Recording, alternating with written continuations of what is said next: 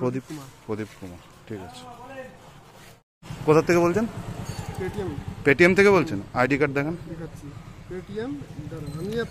বিনা ID কার্ডে আপনি এসছেন আমাকে ইন্টিমেট না করে, ঠিক আছে? আমাকে একবারের জন্য কল করা হয়নি, তাহলে আমি ধরতাম, আমি রীতিমতো রেপ করি একবারের জন্য না। আমি আপনার ডায়াল লিস্ট দেখাবো, ডায়াল লিস্ট দেখাবো। এক minute let me finish madam. আমি কালকেও আমাকে পেটিএম থেকে কল করেছিল, ঠিক আছে? কল করেছিল, নো প্রবলেম। আমি আমার প্রবলেম বলেছিলাম অ্যাজ পার গাইডলাইন যে একটা লোক আমার বাড়িতে আসবে, আমার বাড়িতে অসুস্থ মা রয়েছে আর প্রেগনেন্ট মহিলা রয়েছে। আপনি আমাকে ইন্টিমেট করেননি কেন যে এই ব্যক্তিটি আসবে? আমি তো চলে যাচ্ছি না, আমি আমার দোকানে ছিলাম। আগের মাসে দোকানে এসেছিল পেটিএমের লোক, কথা বলেছি মেডিকেল। এক মিনিট, আপনি দ্বিতীয় কথা, উনি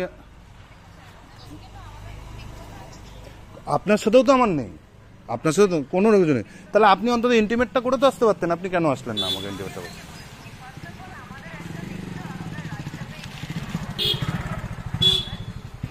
হ্যাঁ হ্যাঁ, 4 মাস হয়ে গেছে, 4 মাস হয়ে গেছে।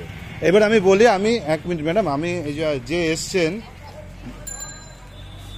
দেবাশিস বাবু কথা বলেছে, তারপরে একটা মহিলা কি খাতুন, আমি ওনাকে রেকর্ড শোনাচ্ছিলাম যে এসছিল, মানে যে এসছিনার নাম কি নাম, ওনাকেও শোনাচ্ছিলাম। এক মিনিট দাঁড়ান, আমি বলেছিলাম যে পেমেন্ট এখন হবে না, পেমেন্টটা সেটেলমেন্ট হবে, আমি অ্যারেঞ্জমেন্ট করছি, আমার মেডিকেল ইস্যু আছে। এবং আগের মাসে যে আর কি এসছিল আমার দোকানে, ঠিক আছে, তাকে আমি করেছি, মানে টোটাল মেডিকেল ডকুমেন্টস দিয়েছি। এইবার এটা গেল 1 নম্বর কথা। দ্বিতীয় কথা হচ্ছে, আমাকে যদি ইন্টিমেট করতেন, আমি তো চলে যাচ্ছি না বা কোথাও যাচ্ছি না, তাহলে আমাকে ইন্টিমেটটা করানো কেন? আমার বাড়িতে অসুস্থ মা আর আমার প্রেগনেন্ট মহিলা রয়েছে, তাহলে আপনি কেন আসেন? উনি বাড়িতে এসে আমাকে ফোন করছে, স্যার আপনি কোথায়?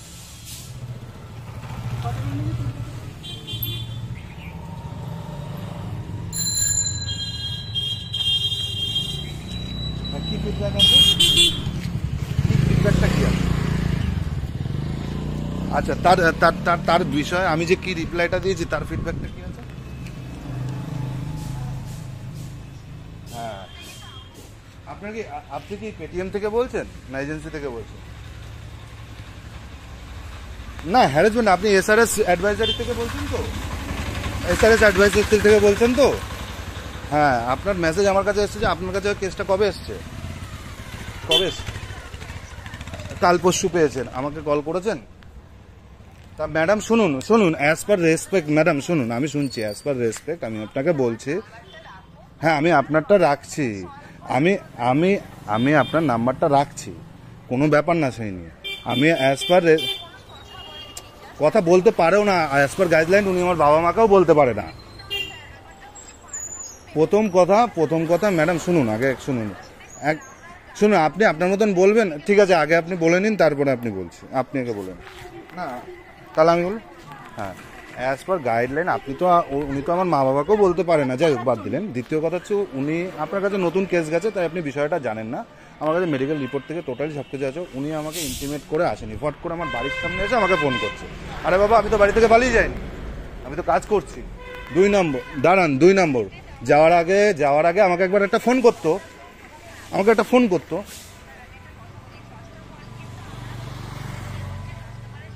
আপনার নিয়ম না, আপনি চলবেন আরবিআই নিয়ম অনুযায়ী, তাহলে আপনি আমার সাথে আগে কথা বলতেন।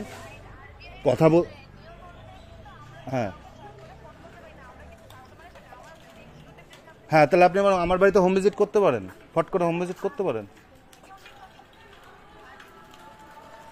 বাজে কথা না, আপনি ধরুন ব্যাংকের এসে, আপনি তো থার্ড পার্টি, আপনি তো একজন এজেন্সি তো, ঠিক আছে? আপনি একজন, না আমি বলছি না যে উনি খারাপ কথা বলেছে, আমি একবারও কিন্তু সেটা বলিনি।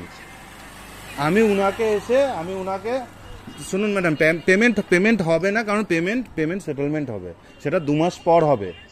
সেটেলমেন্ট সেটা 2 মাস হবে, 2 মাস পরে হবে। কারণ আমার কেন হবে? কারণ হচ্ছে আমার বাড়িতে, কারণটা শুনুন, অ্যাজ পার কজ কারণটা হচ্ছে আমার মা হসপিটালাইজ ছিল।